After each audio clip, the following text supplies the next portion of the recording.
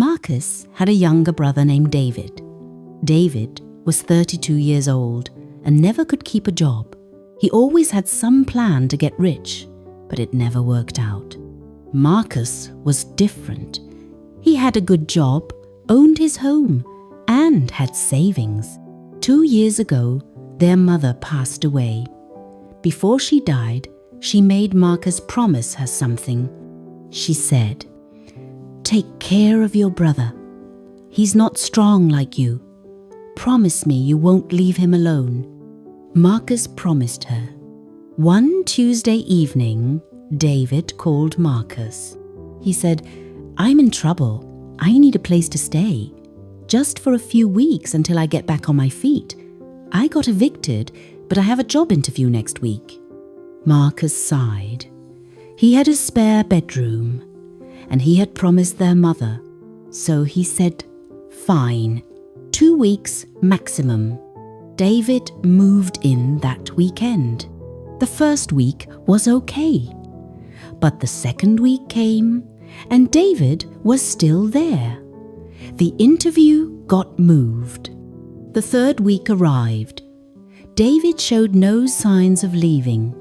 Marcus said, "David, it's been 3 weeks. You said 2 weeks." David said, "I know. The job thing fell through. Just give me a little more time." 1 week became 2 weeks. 2 weeks became a month. David wasn't even looking for jobs. He would sleep until noon every day, play video games all day, eat Marcus's food, and leave messes everywhere. Marcus said, "You need to help out. Pay some rent, buy groceries, something." David said, "I don't have money." Marcus said, "Then get a job, any job."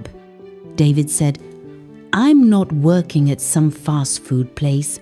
I'm worth more than that." Months passed. David was still living there. Marcus had a girlfriend named Rachel. She started coming over less and less. She told Marcus, "I can't deal with your brother.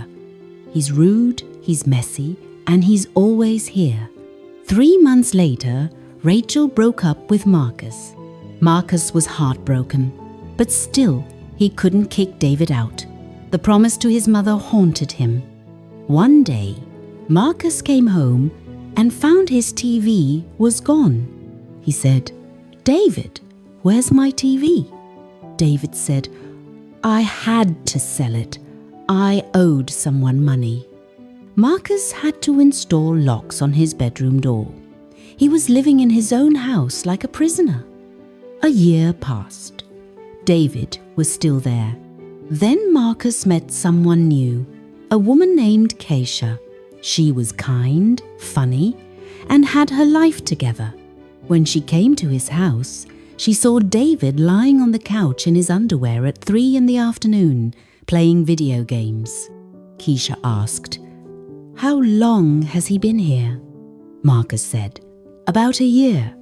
Keisha was very direct. She said, "Your brother is using you, there's helping someone, and then there's letting them use you." After 6 months of dating, Keisha gave him an ultimatum. She said, "I love you, but not if David is part of it. You need to make him leave." Marcus tried talking to David. He said, "You need to find your own place. It's been almost 2 years." David said, "Mom would be ashamed of you." That sentence destroyed Marcus. The guilt crushed him. So he told Keisha he couldn't make David leave. Keisha ended the relationship. David heard the whole breakup. He didn't apologize. He just said, "She wasn't right for you anyway." 3 years passed. David was still living there. Marcus was now 40 years old. He was alone, no relationship. His career was stuck, and he was miserable in his own home. Then one day, Marcus had chest pains and had to go to the hospital. The doctor said, "You're going to have a heart attack if you don't reduce your stress. What's going on in your life?" Marcus broke down and told the doctor everything. The doctor said, "Your mother asked you to take care of your brother. She didn't ask you to kill yourself doing it. There's a difference." Something clicked in Marcus's mind right then. He went home and told David, "You have 30 days. Find somewhere else to live."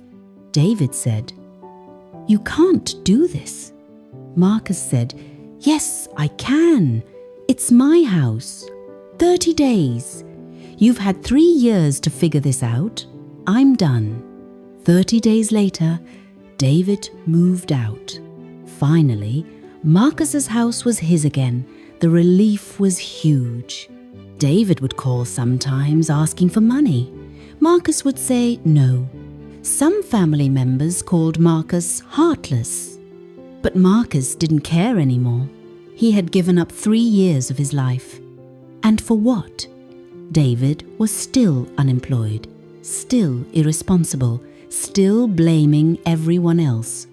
A year later, Marcus ran into Rachel. They started talking again. Slowly, they rebuilt what they had. Eventually, Marcus and Rachel got married. David wasn't invited to the wedding. The night before the wedding, David called. He said, "You're really not going to invite your own brother?" Marcus said, "You used me for 3 years. You disrespected me. I don't owe you anything." David said, "Mom would be so disappointed in you." Marcus said, "Maybe, but she'd also be disappointed that you never tried to stand on your own." Then Marcus hung up the phone. Sometimes he thought about his mother. He wondered if he had broken his promise to her. But then he decided something. Taking care of someone doesn't mean letting them destroy you. He had helped David. He gave him a place to stay, food to eat, and time to figure things out. David had chosen to waste that chance. That wasn't Marcus's failure. That was David's failure.